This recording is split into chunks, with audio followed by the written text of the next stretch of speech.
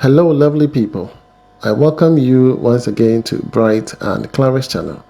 Thank you all for clicking.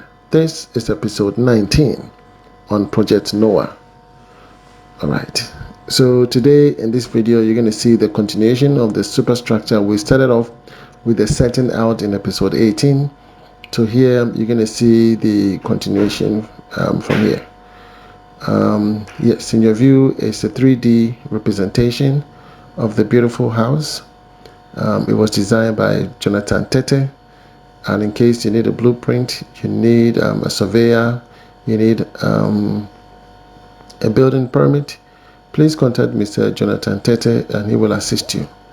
3D is always important because it helps you to actually see the outcome of your project, okay, which usually I say it gives you the pictorial view of the house and how it's supposed to look like when it is completed. And so if there's anything you don't like, you can see it from the 3D and you can do any changes or perhaps amendment. All right, contact Mr. Jonathan and he will assist you. And then once you're done with Jonathan, you can come to me for the estimate and I will guide you to prepare the estimate for your dream house. So the setting out continues. Mr. Jonathan came to site, did his inspection, and so the team is continuing with their block work. Okay, so from here you see they are actually raising the block work. Everything is going as planned. Okay, so we have a period within a month.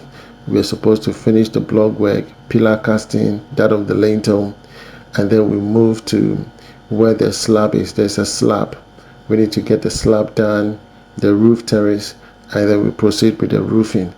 The purpose of this is that we know the rainy season is coming soon, and so we need to finish quickly. And then when we move to the inside and doing the plastering, we are not that much affected by the rain.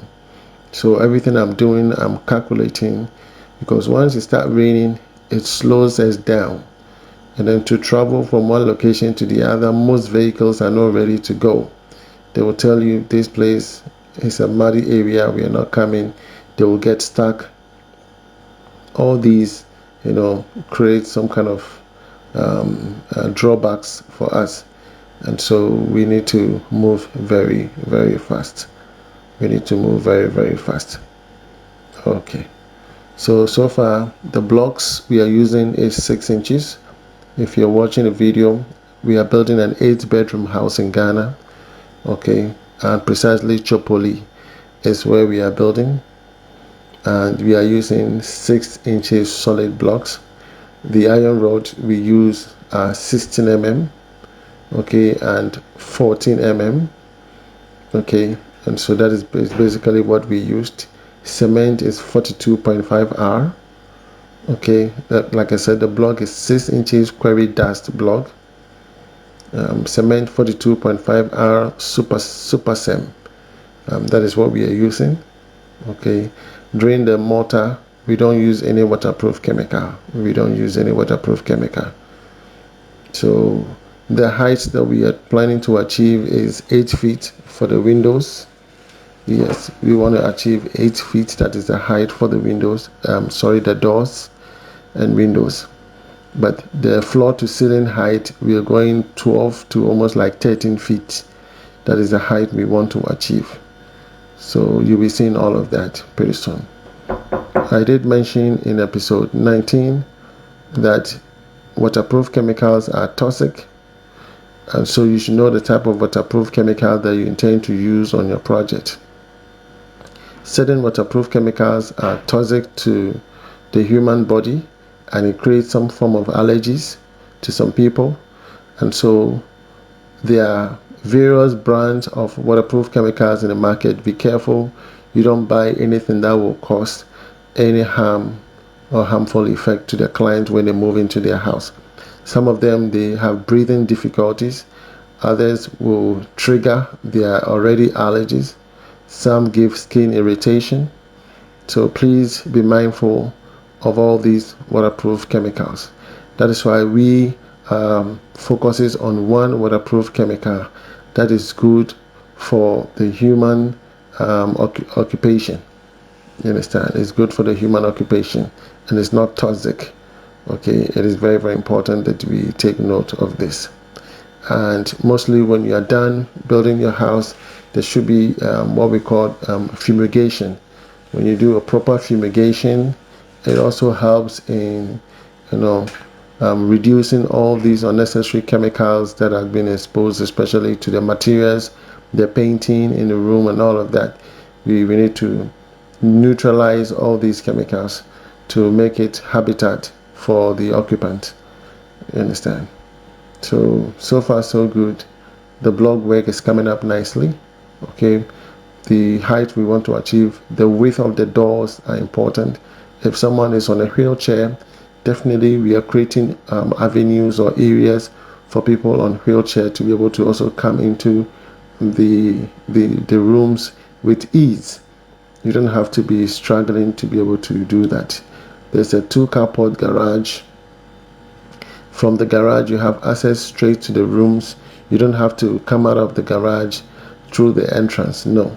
Once you remotely open your garage door, you enter, it closes, and then from there you can walk straight into your bedroom without having to come out. Okay. And then also you can easily park your car and travel and come back later. Your car will still look neat. Okay. It will still look neat and clean. So these are some of the things you need to consider, especially when you live outside the country and you are putting up something of this kind. It is so beautiful. It is so beautiful. So, like I said, within 1 month, we're supposed to finish everything. Block work, pillars, lintel casting, gables. We're going to do a floor slab in one of the side. If you look at the 3D carefully, in the area of the boys' quarters, there's a concrete slab, there's a roof terrace, there's a 1-bedroom hall apartment right there. Okay, so we need to finish all of that within this month. And so today's date is 25th of January as I'm recording this video. And so probably by 5 days time, we should get to where we want to get to, because a lot has happened, and so I'll be bringing you all of that in the subsequent videos. The video might delay, but we would have then completed whatever we intend to do. When you're laying blocks of this kind and you get to a certain height, immediately the steel bender has to come in to you need to plant their continuation pillars. As you can see, there's no continuation pillar anywhere. So at this point, we need to bring in the steel bender. They've already finished the reinforcement. All they need to do is plant all of them. And so you will not need to raise the block so high, because the slightest push will cause a collapse of all this block work. So the steel fixer or the steel bender, they have to come in now and plant all their pillars, do any adjustment that needs to be done before the masons continue the block work. And that also applies to the carpenter. At a certain height, we need to board the pillars and cast the concrete, so as to avoid any strong wind from collapsing these beautiful block work that have been putting up. So these are some of the techniques and love and attention that we employ when we are building houses for our lovely clients. Love, passion, attention to details. It's something that I hold high esteem, because this is like my own, and I put my heart into it. So the slightest thing, it affects me so much. I do everything with the highest sincerity and honesty. So I don't want anybody to have any iota of doubt when I'm building for them. I create a room, atmosphere of love, peace, and understanding. So if you have any doubt in your mind, you just have to ask me and I will answer you. We are working 24/7, no break. My phone is always active. Whenever you send me a text, I will respond. If I'm sleeping, I'll let you know I'm sleeping. and we can arrange to talk the next day. So we are always there. Don't fall victim to all the beautiful, creation of these YouTube videos when people are emulating me and they say they are building houses. Okay, there are lots of them now on the social media. Be careful you don't fall prey to any of these scams. Choose your contractor wisely. Okay, prices are vary depending on your location.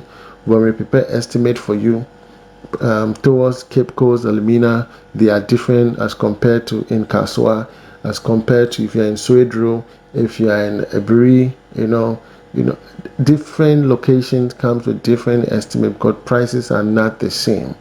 So don't take estimate from me and compare it to someone in the rural. It doesn't work like that.